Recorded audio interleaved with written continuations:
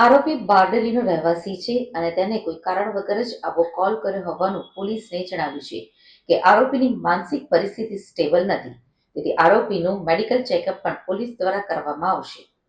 11મી December 2024ના રોજ સુરત ગ્રામ્ય police control રૂમમાં એક ફોન આવ્યો હતો અને આ ફોન કરનાર વ્યક્તિએ જણાવ્યું હતું કે સુરત એરપોર્ટ ઉપર બોમ્બ મૂકેલ છે અને સુરત એરપોર્ટને ઉડાવવાનું એટલે ઉડાવવાનું। ગ્રામ્ય પોલીસને આ કોલ મળતાની સાથે જ પોલીસ એક્શનમાં આવી ગઈ હતી અને ત્યારબાદ ગ્રામ્ય પોલીસ દ્વારા સુરત શહેર પોલીસ કંટ્રોલ રૂમમાં આ બાબતનો મેસેજ આપવામાં આવ્યો હતો। એરપોર્ટ ઉપર બોમ્બ મૂકવામાં આવ્યો હોવાની માહિતી મળતાની સાથે જ સુરતની એસઓજી પોલીસની ટીમ દ્વારા તાત્કાલિક અસરથી એરપોર્ટ ઉપર સઘન ચેકિંગ હાથ ધરવામાં આવ્યું હતું।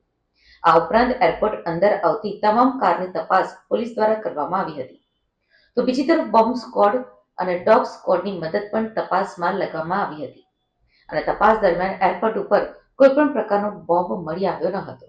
ત્યારબાદ આ પ્રકારનો ખોટો કોલ કરનાર બાબતે ગ્રામ્ય પોલીસ દ્વારા ઉમરા પોલીસ સ્ટેશનમાં આ બાબતે ફરિયાદ નોંધાવવામાં આવી હતી અને ઉમરા પોલીસે આરોપી સામે ગુનો દાખલ કરી ટેકનિકલ એનાલિસિસ તેમજ હ્યુમન સોર્સના આધારે એરપોર્ટ ઉપર બોમ્બ હોવાની ધમકી આપનાર આરોપી સાબિર મંસૂરીને મદીના કોમ્પ્લેક્સ આશિયાનગર બારડોલીથી ઝડપી પાડ્યો છે। આરોપીની પૂછપરછમાં સામે આવ્યું છે કે તે પોતાની પત્ની સાથે બારડોલીમાં જ રહે છે અને ગાદલાના સિલાઈ કરવાનું કામ કરે છે। તો બીજી તરફ આ પ્રકારનો કોલ કરવાનું કારણ પૂછતા આરોપીએ પોલીસને જણાવ્યું હતું કે તેને કોઈ જ કારણ વગર જ પોલીસને ફોન કરીને આ પ્રકારની માહિતી આપી હતી। તો બીજી તરફ આરોપીની બોડી લેંગ્વેજ પરથી પોલીસને શંકા ગઈ હતી કે આ આરોપી માનસિક બીમાર હોઈ શકે છે।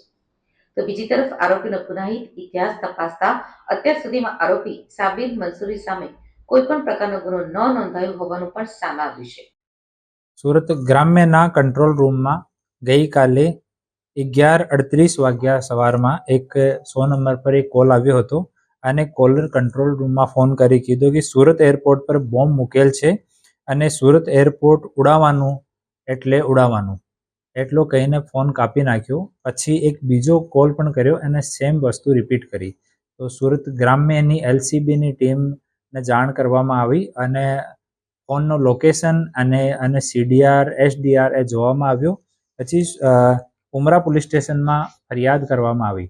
તો ઉમરા પોલીસ સ્ટેશનમાં આ ફરિયાદ ઉપર બીએનએસની કલમ 351(4) અને the suppression of unlawful act against safety of civil aviation act 1982ની કલમ 3A(1)(b) મુજબ ગુના દાખલ કરવામાં આવ્યો અને પછી ઉમરા પોલીસ સ્ટેશનની ટીમ અને સુરત ગ્રામ્યની એલસીબીની ટીમ આરોપીને પકડી પાડ્યો અને આરોપીનું નામ સાબિરભાઈ બશીરભાઈ મંસૂરી છે।